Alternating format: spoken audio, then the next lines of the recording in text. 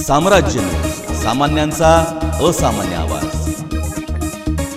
सोलापूर शहराच्या वैभवात भर घालणारी इमारत म्हणून पालिकेच्या इंद्रभुवन इमारतीची ख्याती आहे।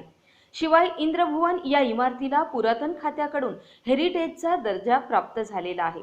असा भव्य आणि दिव्य इमारतीच्या मूळ अस्तित्वाला धक्का पोहोचेल, इंद्रभवनला प्राप्त झालेला हेरिटेजचा दर्जा काढून घेतला जाईल अशा पद्धतीचे कृत्य करत पालिका आयुक्तांनी इंद्रभुवनाच्या पाठीमागील बाजूस त्याच्या मूळ सौंदर्याला बाधा येईल अशा पद्धतीचे बांधकाम करतात। पालिका आयुक्तांनी आपल्या मनमानी कारभार करत असल्याचे सिद्ध केले आहे।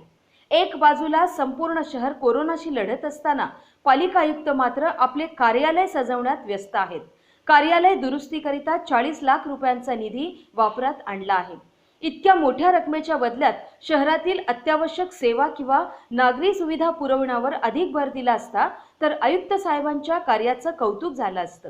पण आयुक्ताने असे कोणतेही सार्वजनिक हिताचे निर्णय न घेता आपला ऑफिस सजवण्यात धन्यता मानली आहे। खर्च करण्यात आलेला निधी कोणाच्या मान्यतेने खर्च केला, इमारतीच्या आतील बाजूस कार्यालय घेण्याकरिता कोणाची परवानगी घेतली, या प्रश्नांची उकल आता आयुक्तांनीच करावे अशा मागणीचे निवेदन उपमहापौर राजेश काळे यांनी केले। इंद्रभुवन आणि इंद्रभुवन हे हेरिटेज वास्तूमध्ये येतं। या वास्तूमध्ये माननीय आयुक्तांनी कोणाच्याही परवानगी न घेता किंवा कोणाची मान्यता न घेता 40 लाख रुपये त्यासाठी दुरुस्तीसाठी त्यांनी ते खर्च करतायत, त्यांचं ऑफिसचं रिन्युएशन करतायत। एकीकडे म्हणायचं नगरसेवकांना आम्हाला तुम्हाला भांडवली निधी द्यायला पैसे नाहीत, विकास कामांना पैसे नाहीत, हद्दवाढ भागामध्ये मोरून टाकायला पैसे नाहीत, आणि एकीकडे नुसतं ऑफिससाठी 40 लाख रुपये त्यांनी खर्च करतायत। दुसरी गोष्ट, हेरिटेज बिल्डिंगमध्ये एक विटाचं बांधकाम सुद्धा करण्याची परमिशन नसताना तिथं त्यांनी शौचालय बांधले आतमध्ये। हे किती भूषण आहे। IAS अधिकारी असली गंभीर गोष्ट घोडचूक करतो आणि पालिका प्रशासनातले इतर अधिकारी त्यांना साथ देत आहेत। हे फार गंभीर विषय आहे। त्या संदर्भात मी आयुक्तांना आज पत्र दिलेलं आहे की हे काम तुम्ही ताबडतोब थांबवा आणि तुम्ही कोणाच्या परवानगीने एवढे पैसे खर्च करताय, तुमचे अधिकार नेमके तुमच्या ऑफिससाठीच का वापरताय?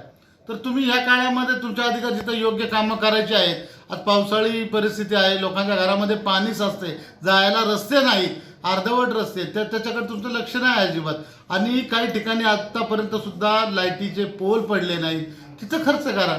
जिथं हद्दवाढ भागामध्ये अनेक हजारो समस्या आहेत, पाण्याची समस्या आहे, त्या समस्येकडे लक्ष न देता ऑफिसला 40 लाख रुपये खर्च करणं हे असं तरी करून सभागृहात सादर करावा।